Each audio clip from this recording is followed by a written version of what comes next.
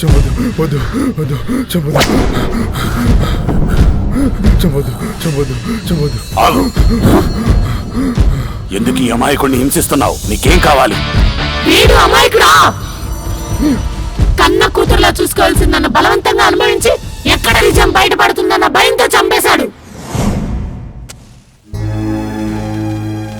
Happy birthday to you. Happy birthday to you. Happy birthday, dear Gayatri. Happy birthday to